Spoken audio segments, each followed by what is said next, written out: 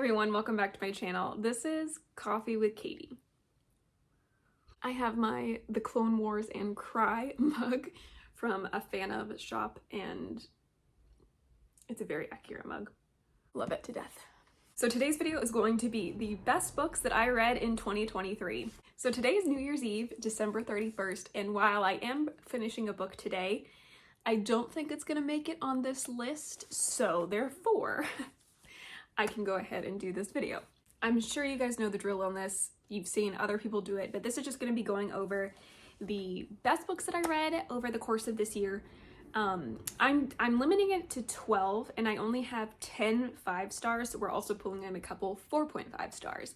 But these are the 12 books that I would deem the best books that I read this year.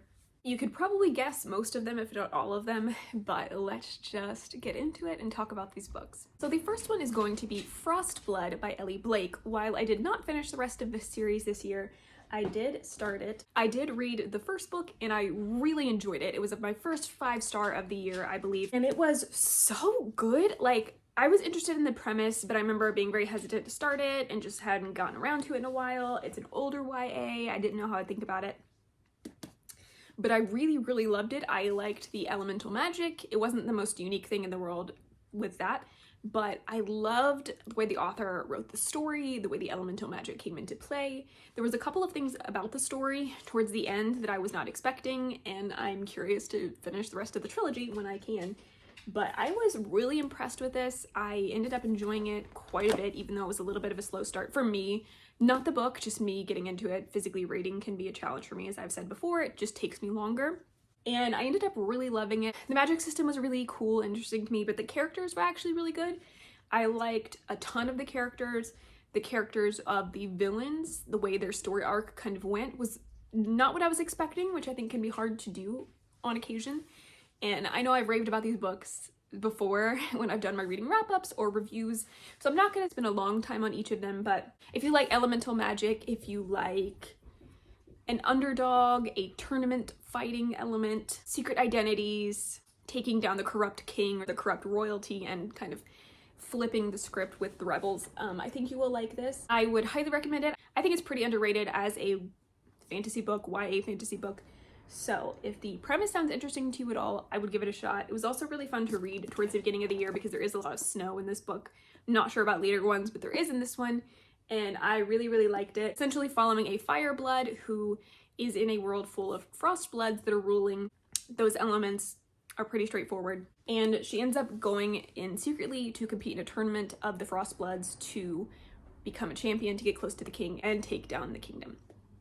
So good. The next one that I got, that I ended up getting in a fairy loot, but I read it I think early because the premise was really interesting to me and I ended up falling in love with it, was City of Nightmares by Rebecca Schaeffer. If you will note this moving forward, there's Rebecca, the first name as an author, went really well for me this year. Lots of Rebeccas that I loved. But City of Nightmares, I ended up absolutely loving this book. It was another 5-star read. In this one, the magic system is a little bit different because in this world, when you sleep and you dream, which most people do when they sleep, you will become your worst fear. So if you're afraid of giant spiders and you fall asleep and you dream, you will turn into a giant man-eating spider. And then you're like plaguing the world at that point. So the premise is really scary, and there's a lot of like interesting ways that the author handles that in the book and in the magic system, like putting a type of medication in the water that makes you not dream, but you can still sleep. There was like a lot of interesting things that went into this with the magic system, and because of the premise of this, the main character is a coward and is like afraid of everything because everything is trying to kill you, even your sleep. So I loved the idea of this, the dynamics of the magic system, that it's very scary and not really a good thing, that you don't really want it, and that there are people trying to kill these monsters, but there's also an extremely corrupt government and people and system. It's described as Gotham, which is very accurate, where everybody's just twisted and run. And she ends up teaming up with another monster to kind of survive and maybe uncover some more sinister plots. So I really loved this. It was so good. The second book I did read as well was also very good. I didn't love it as much as this one, but I feel like that happens for me a lot of the time. I like the first book way more than the second book. But this is a finished duology that came out all in this year. It was fantastic. I would highly recommend you give this a shot, and all of these a shot. Let's be honest, of all of the books I'm going to talk about today. Really cool, really unique, silly, kind of funny. I loved it.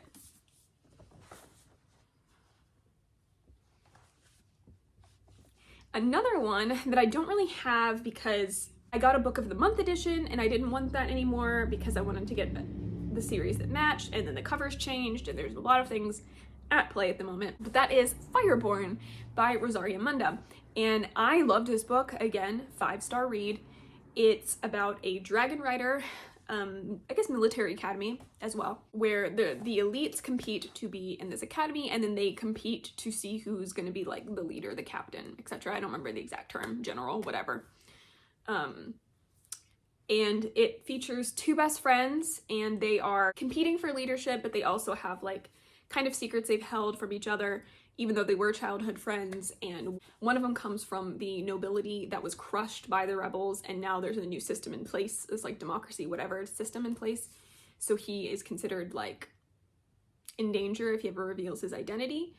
So he's got a little bit of resentment from this side of it, but he's also in this world because he believes in it, whatever.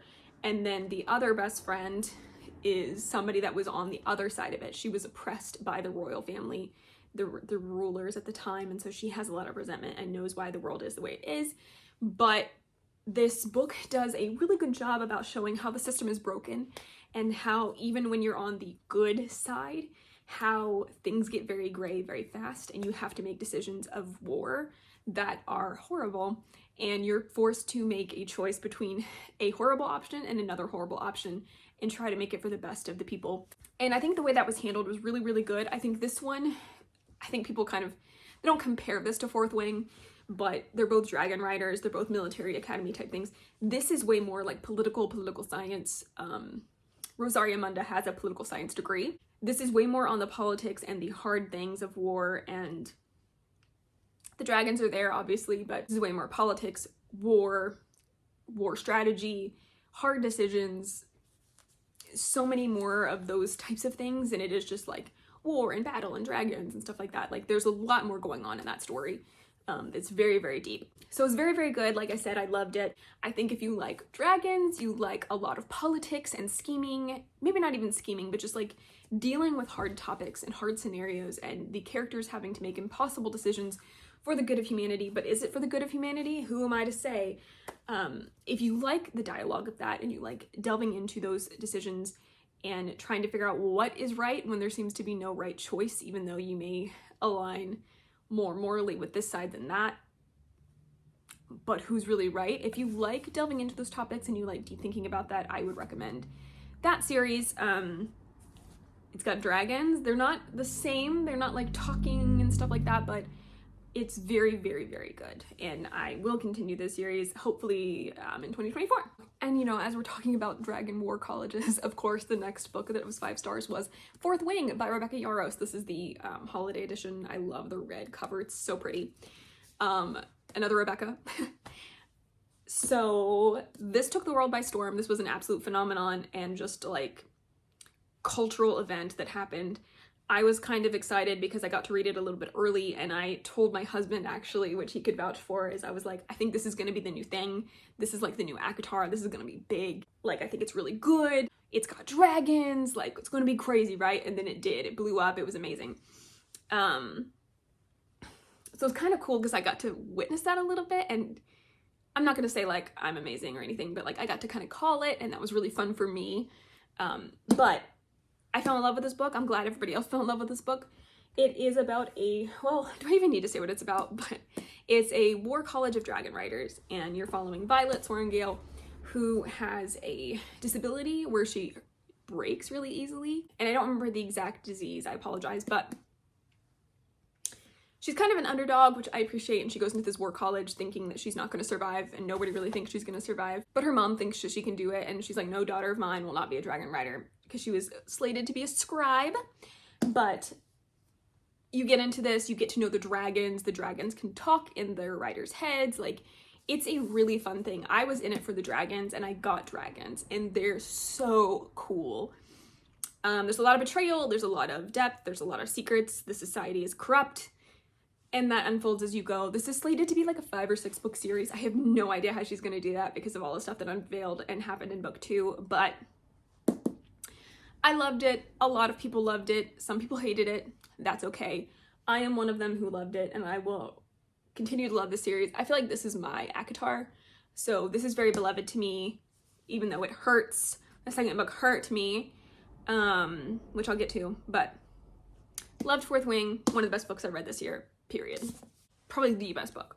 Another 5-star read that I read and absolutely loved was God Killer by Hannah Kaner. This was a debut author, which is crazy because she did an amazing job. And this is very reminiscent to The Witcher, where there is a team of 3, including a child. You're following like a mercenary type character. And she also has a disability, and she goes on this quest, and she's trying to kill gods because the gods in this world are really dangerous and they victimize humans, and there's a lot that goes into play with that. But she's trying to eradicate all the gods, and she meets this human girl who has a small god attached to her, and they're attached, and you cannot separate them or they will like die. Like if they get too far apart, they will be in a lot of pain. So it's a really interesting scenario. So she doesn't kill the god, but she takes the child and the god with her after some events happen, and she's like traveling to try to figure out what they can do about this situation. And they end up recruiting an ex-soldier who is now a baker, and they have this little team that is going along.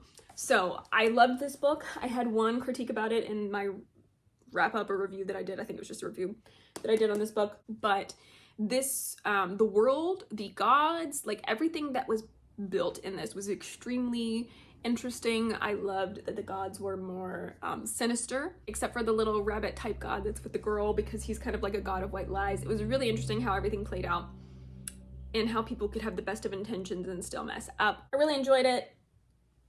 I'm very excited for Sunbringer book 2 to come out. Check it out. The next 5-star read was The Adventures of Amina, AlSaafi by Shannon Chakravorty. I loved this book. This was like a Sinbad retelling is what it was pitched as, which I was excited about. And you're following Amina AlSaafi, who was a ship captain, like a pirate captain, but she has retired because she has a daughter, and you don't really know why. It was kind of like mysterious circumstances what led to that, but then she is called into action once more for one last job that should pay her for the rest of her life. And she gets wrapped up in antics as she goes. She collects her crew. She ends up getting in a lot more danger than she thought and unravels a plot that could take over the world. And so she has to fight it to save her daughter. And I loved this book. It was so good. I am so mad it didn't win the Goodreads Choice Awards for fantasy, but that's fine. I think it's really good. I don't understand people that don't like this. Like, it's okay if you don't like it. I just don't get it because I thought it was fantastic. A retired retired middle-aged pirate woman that comes out of retirement. Amazing. She was sassy. She was hilarious. She gave no cares in the world. Like, could not care what you thought of her. Would do whatever she had to do. Loved it. You get a lot of flashbacks in this story to fill in the gaps of why things happened or how she got to where she was, or the story that like you don't really know is unraveled as you go, which is really cool, like why she ended up going into retirement, things that happened. She's battling sea creatures and mythical creatures and demons, and it's just a wild ride. I loved it so much. It was so good. I cannot wait for book 2 whenever it comes out. I don't think it's supposed to come out in 2024, so I have a little bit to go. But if you like sea adventures, if you like adventure type stories where you're going here to do this, and then you're going here to do this, and then you're going here to try to collect more clues, and you don't really know exactly how it's gonna all come together or the plot completely right away. If you like more adventure, here's our journey type stories, you would love this. If you like sea monsters and battling stuff like that, if you liked like Pirates of the Caribbean, where they have these sea battles, but there's also supernatural or mythical elements at play, I think you will like this. If you like humor, I think you will like this. It was a great time. I was very pleased with this. This was my first book by Shannon Chakravorty, and I'm glad that it was this one because I loved it. Please read it. It's so good. The next one is also one I'm sure you've all heard of or read at this point. That is another Rebecca, and it is Divine Rivals by Rebecca Ross. When I first got this, I was interested in it, but I was like, okay, like, it's not gonna be the best thing I've ever read, right? And then I saw people like blowing up about it and people saying like, you really need to read it, like you need to read it. And I was like, okay, I'll read it. And I loved it. 5 stars. It was super unique. You're following these two characters, Iris and Roman, and it's like in a 1920s, it's like a historical fantasy type situation. The magic is not really explained. I would say it's getting more explained in book 2 than it was in this one. But there's just like, there are magic. Like some places have this tea that magically never gets cold. And there's just like random spells or things like that that happen. They don't really explain where it comes from. And in this world, the magic comes from the gods, and the gods have been presumed to all be dead or asleep for years and years and years and years and years. And then in this one, they are waking up, and there is a war between the two gods, Enva and Deka, and they start kind of recruiting humans on each of their sides to fight in this war. So it's kind of like a World War II type thing, but instead of like planes dropping bombs, it's wyverns. Instead of soldiers like patrolling the streets at night, it's hounds running through the street, and they will try to get into your house and kill you. Like, some crazy things going on. It's very interesting to me. I liked how unique that premise was, of there being like fantasy elements and magic, but it feels more historical at the same time. There are these typewriters that are allowing them to send letters to each other. It was really, really good. Me and my husband started listening to it at the same time on our way back from a road trip, and we both were like, this is so cool, this is so interesting. We both really, really enjoyed it. And I'm currently about to finish book 2 today. So I loved it. It is a duology that is completed, so you can binge it immediately. Very, very good. The premise was so interesting. This author's probably one to watch. I know she has ones that have come out previously, but this one was really, really cool for me. The next one is, of course, A Curse for True Love by Stephanie Garber. This is the last book in the Once Upon a Broken Heart series trilogy. This wraps up the whole story. I know a lot of us weren't a fan of how it wrapped up, but I think she struggles with endings, which is okay. I struggle with endings too, and I struggle with having an ending that is satisfying for me, I guess. It feels complete enough for me. So that's just a me problem, and I think it's just hard to write endings. So this is very different than the first 2 books, and I think people had issues with that, but it still felt pretty fairy tale-esque for me, which is what I've expected from her books. At least this series especially. I think there was a lot of people that are disappointed in this, but I was just happy to return to this world and Stephanie Garber's writing, because her writing makes me feel, I've said this before, but her writing makes me feel whimsical and nostalgic and happy and joyful in a way that no other writing really has for me. And it makes me feel so like warm and like I'm coming home, or like drinking hot chocolate. That's the kind of feeling I get when I read her books. And so it really doesn't matter that this was different than the rest of them, because it just felt like I was home again. I didn't like this one as much as the others, but I still gave it 5 stars because I just love her writing and the way her books make me feel. So while this was a little bit different, I still really enjoyed it. I think, though, that if you're planning on reading this trilogy, or you loved the first 2 books and you're not sure about this one, you might not like it. You might like it. It's a toss-up, I think. I like the Caraval series way more, but that's for a lot of different reasons. I think you can tell because I don't think I gave Caraval all 5 stars, but I loved that series as a whole more than this one. But it's because I fell in love with her as an author and her writing, it's just so happy and fun for me now. So I think you can kind of see that progression. But she does have a book coming out in 2024, I believe, or she's at least announcing it soon. And I can't wait to find out what it is. But can't say much about this because it's the end of a trilogy. The first one, you're following Evangeline, who is trying to save her true love from marrying somebody else, and she makes a deal with the Prince of Hearts, but he ends up asking for more than she can give.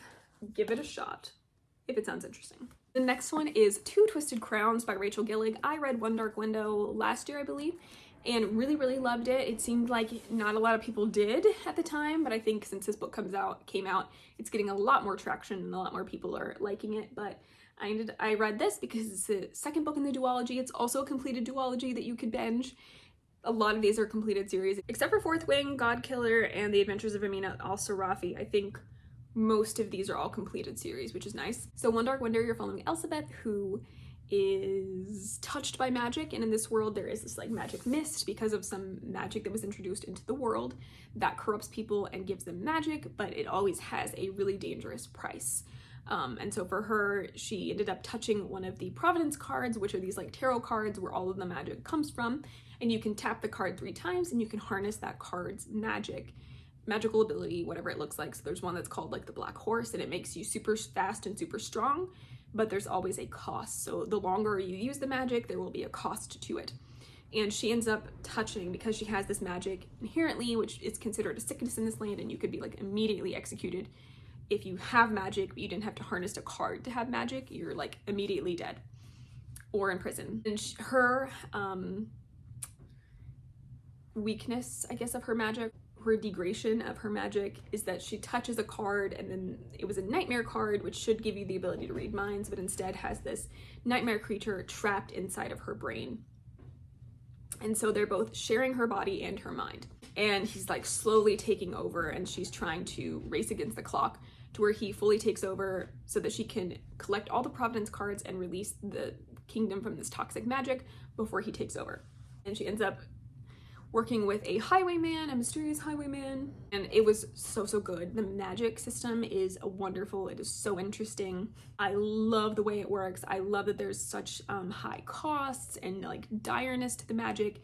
I love that they had to go on this mission to collect all these cards and return them to this magical wood, where they're trying to do in this book, and you get way more of the magical wood and the sinister elements of the magic, not just the people in the kingdom that are like slaughtering all the people that have natural magic. Like, it's so good. There is some love story in this, which is really cool, but there's, I don't want to spoil it, but there's things that happen that you weren't expecting, and I loved this duology so much. I will pretty much read anything this author puts out now because I fell in love with it.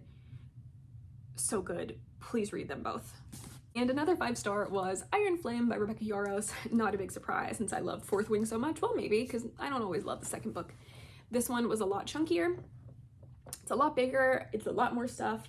There's a lot of crazy things. There's a lot of stuff that happened in this book that I didn't expect to happen in book 2. I figured it would happen later in the series, but it's bam, bam, bam, bam. I think I like this because it is really fast paced. I really like that pacing. A lot of people don't. They prefer it to be slower and more built up. I like how fast paced it is. I like that you're not bored. I like there's so much combat with the dragons and the enemies, and political maneuvering and scheming and trying to uncover nefarious plots and trying to give the people the truth. Like, I love that all of those elements are in this. The ending ripped my heart out, and I am so mad at the author. So if we don't get book 3 in 2024, we'll all be suffering and dying together. It's fine. But I loved it. It was a wild ride. I was very, very upset at the end. But it's only book 2, so there is hope. I hope there's a resolution, but can't really say much else except that I loved it, and I love the dragons so much.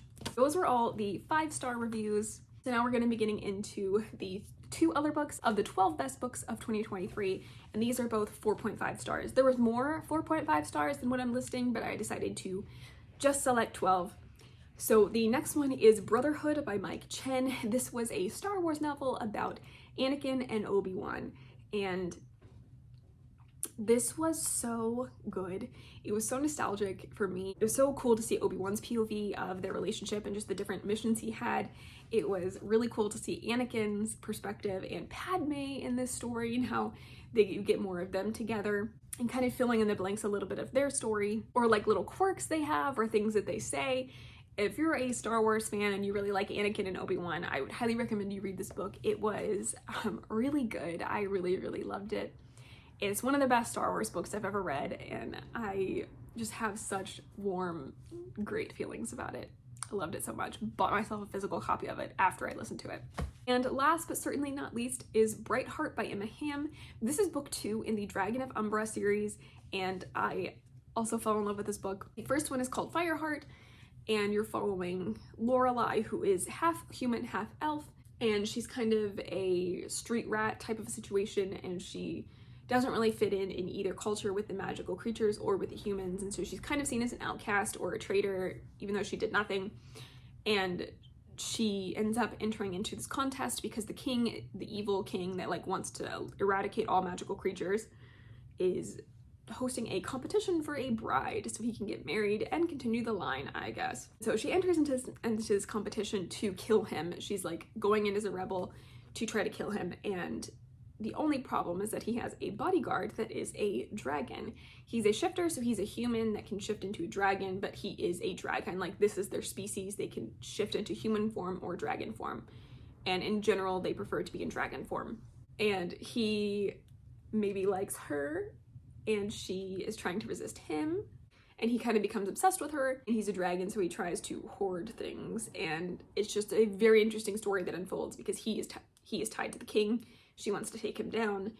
The king has sway over the dragon for reasons that are unveiled. And that's where their journey starts in this rebellion story. And I think it's 5 books, 6 books. I think it's 5 books. So I have a few books to catch up on, but this one was great. It was funny. It was tense. It was heart-wrenching at times. You fall in love with Abraxas, the dragon. He's just like a cinnamon roll but vicious character. I love him so much. It has dragons in it, which is fantastic. Well, a dragon. Very, very curious to continue this series and see where this goes. I've become a big fan of Emma Hamm, even though I've technically only read 2 of her books. I really like the way she writes. I really like her characters. I like buying any of her books that she has. I'm very excited to read Demon Court, that series, soon. She's just become an author that I follow pretty closely. So I would recommend you read that series if you like dragons, you like fun, you like adventure stories, but you also like a little bit of romance. So those are the best books of 2023 that I read in 2023. Some good ones. I would obviously recommend you check them out. A lot of them were new releases. There was a couple backlist, but most of them were new releases, which is fun. But please comment down below and let me know what your favorite book of 2023 was, or the best books that you read this year. But as for now, that is it for today's video. Please like this video if you liked it, subscribe if you want to, and I will see you next time. Stay safe and caffeinated. Bye!